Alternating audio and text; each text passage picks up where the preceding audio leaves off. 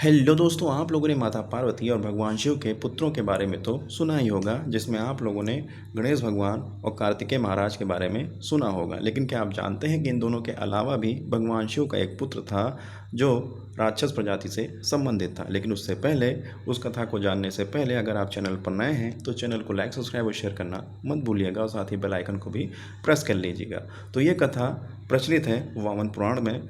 वामन पुराण की कथा के अनुसार एक बार माता पार्वती और भगवान शिव टहलते घूमते काशी पहुंच गए, जहां पर भगवान शिव जो है अपनी मुख को पूर्व दिशा की ओर कर बैठे हुए थे। जिसके बाद माता पार्वती पीछे से आईं और उनकी दोनों आंखों को अपने हाथों से ढक दिया, जिसके बाद तीनों लोकों में अंधेरा हो गया। तीनों लोकों में अंधेरा होने के कारण भगवान शिव ने अपनी तीसरी आंख खोल दी, जिससे फिर से तीनों लोकों में उजाला हो गया। लेकिन तीसरी आंख खोलने के कारण उससे इतनी गर्मी उत्पन्न हुई कि माता पार्वती का पसीना जो है धरती पर गिरा, उससे एक पुत्र की उत्पत्ति हुई।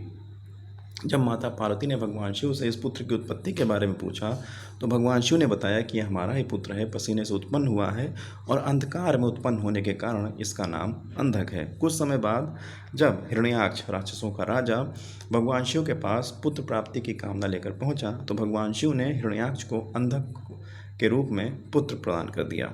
जिसके बाद अंधक जो है राक्षसों के बीच में पला बढ़ा और आगे चलकर राक्षसों का राजा बन गया। एक बार तपस्या करते हुए उसने भगवान ब्रह्मा से यह वरदान मांगा कि उसकी मृत्यु तभी हो जब वो काम वासना से ग्रसित होकर अपनी माँ की तरफ देखे। जिस पर भगवान ब्रह्मा ने उसे यह वरदान दे दिया, क्योंकि अंधक को ये लगता था कि उसकी कोई माँ है ही नहीं।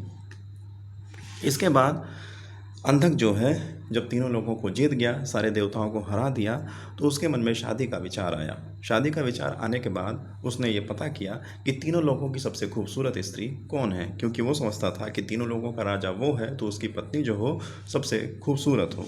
पता करने पर उसे पता चला कि तीनों लोगों की सबसे खूबसूरत स्त्री माता पार्वती हैं। तो माता पार्वती के पास वो शादी का विचार लेकर पहुंचा, जिस पर पार्वती माता ने उसके प्रस्ताव को ठुकरा दिया।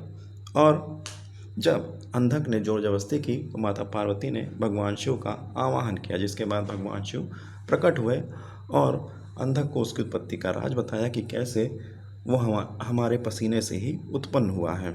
और इसको बताने के बाद भगवान शंकर ने अंधक का वध कर दिया। अगर ये कहानी आपको अच्छी लगे, रोचक लगी, तो लाइक, सब्सक्राइब और शेयर करना मत भूलिएगा। Thank you.